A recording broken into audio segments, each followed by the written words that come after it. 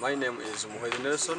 I do Bachelor of Science in Agricultural Engineering, Makerere University. I'm in 4th year. As part of my final year project, I'm developing a coffee pulper, which you can use to remove the outer cover of a coffee cherry to obtain parchment coffee. Parchment coffee is having a high price. Currently it is at 6,000 according to the recent statistics, compared to when you dry coffee, which can be sold at 5,000. So with this new innovation, people are going to be benefiting in using this pulper, and it is going to be using pedal power, since most people don't have the engine in the villages, and they don't have electricity to run the motors that could be used to run this machine. Henry, Agricultural Engineering, Makerere University. I'm currently working on a project of rice planter. Here, the seedlings from the seed bed are transferred to this planter, and then the machine is able to plant each seedling a hole. Due to the increasing back pain that is affected by most of the farmers, I'm hoping to come up with this machine which will be manually driven, such that one is able to push it. As it rotates, it gives motion to a catching mechanism which will catch the seedling and put it in a hole.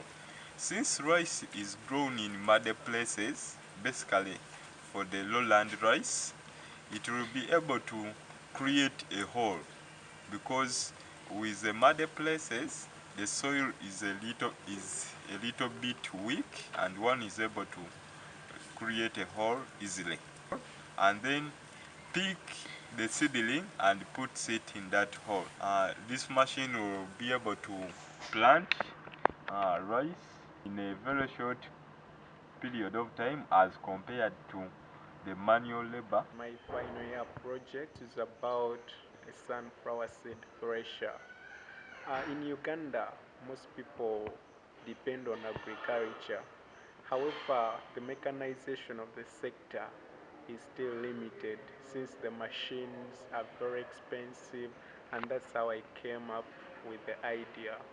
Um, most regions which grow sunflower, um, while separating the seeds from the cobs, they face a lot of challenges, since these seeds are tight held to the cobs, and they need to remove these seeds using hands, manual methods, whereby they can even use rough surfaces to rub the seed heads so that they can get out of the cobs, which is time consuming, which needs a lot of labor, and also discourages farmers from growing sunflower.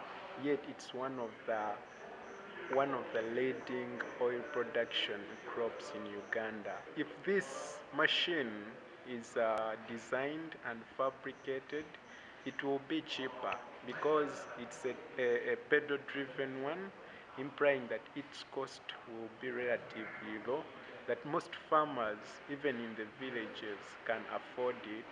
Then the output will be high, since more sunflower cobs can be worked on in a very short period of time.